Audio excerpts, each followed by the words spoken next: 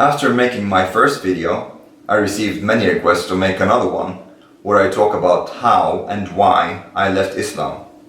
And this is what I will attempt to do in this video. Leaving Islam was a complex and gradual process. It did not happen overnight, it happened over years. I like that saying, the best cure for religion is studying the scripture, which is exactly what happened to me. I was born into a conservative Sunni family in Egypt, brought up to be a devout Muslim, but ironically, I think it was my father who inadvertently made me an atheist. Since an early age, he encouraged me to read, and I developed an independent and critical mind. And it was only a matter of time before I got curious about what Islam really is, seeing that it has such a great influence on society and consequently my life. So I started studying the Quran and the Hadith, which is the supposed sayings of Muhammad. While studying the Hadith, there seemed to be many problems with it. First of all, it's more explicitly violent than the Quran. There seemed to me to be some contradictions between the Hadith and the Quran. There were doubts with regard to the authenticity of a lot of the Hadith, which in turn cast doubt on all of it. There are several verses in the Quran that allude to it being the only scripture, or sufficient as the only scripture. So first I decided to totally disregard Hadith, leave the Sunni sect of Islam, and become a Quranist, relying solely on the Quran. I started studying the Quran more thoroughly, but again I was faced with similar findings. There were contradictions between some of the verses of the Quran, but later on I discovered the political reasons behind that. There is a lot of Orwellian doublethink, love and hate the same people, wage war and make peace simultaneously, and other things of the like. The level of violence in the Quran was simply unacceptable to me. I was repulsed by the idea of such an angry, vengeful, hateful God, who in his vanity seemed rather too human. So I came to the conclusion that Islam is just incompatible with the values of human rights, or well, the values of a decent human being for that matter. The scripture contains a lot of misogyny, sexism, homophobia, anti-Jewish sentiment, or well, anti-non-Muslim sentiment in general.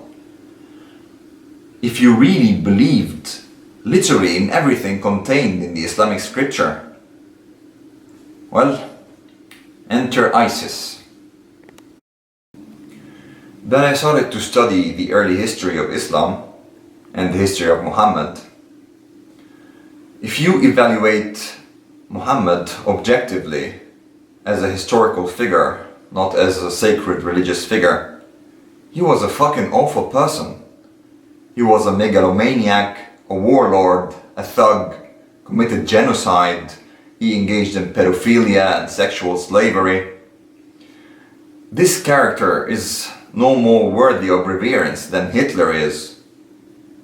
If, for example, 1400 years from now, 1/4 of Earth's population started to worship Hitler, would we have to respect Hitler as well? No, fuck that. Fuck Hitler and fuck Muhammad. It's also not just Muhammad. Many of those so-called holy prophets of the Abrahamic religions were nut jobs and despicable people. Like, for example, Abraham attempting to murder his son because of a dream, Lot offering his daughters for rape, Moses killing the Egyptian. What sort of person would I be if I believed those were the messengers of God? Or if they were, what kind of monstrous God is that? And there are of course the absurdities of the so-called miracles, like Muhammad flying to the heavens on a winged donkey, Noah and his ark, Moses splitting the Red Sea. I mean, what kind of nonsense is that? I might as well start believing in werewolves and vampires or ancient Greek gods.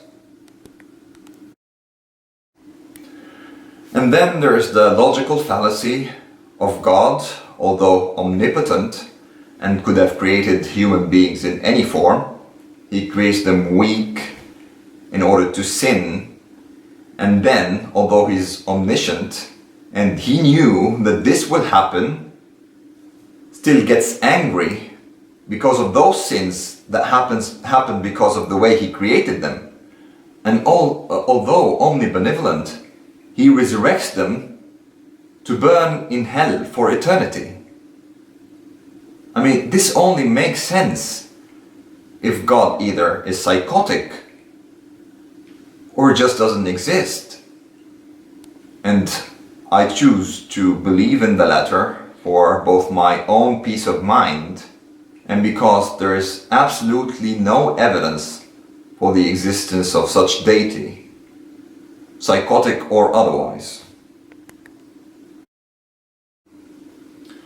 Although I come from the largest Muslim majority country in the Arab world, in my experience most Muslims have not really studied the Quran and the Hadith.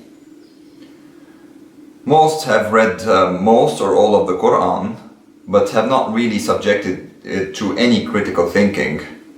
They more recited just like a mantra, really. Some others are in denial. They refuse to see or admit that the God and the Prophet, which they have been brought up to revere and romanticize, are in fact horrible. But there is hope. More and more Muslims are sobering up to the reality of this hateful ideology and are rejecting it. And we shall keep sending this message in order to produce more apostates.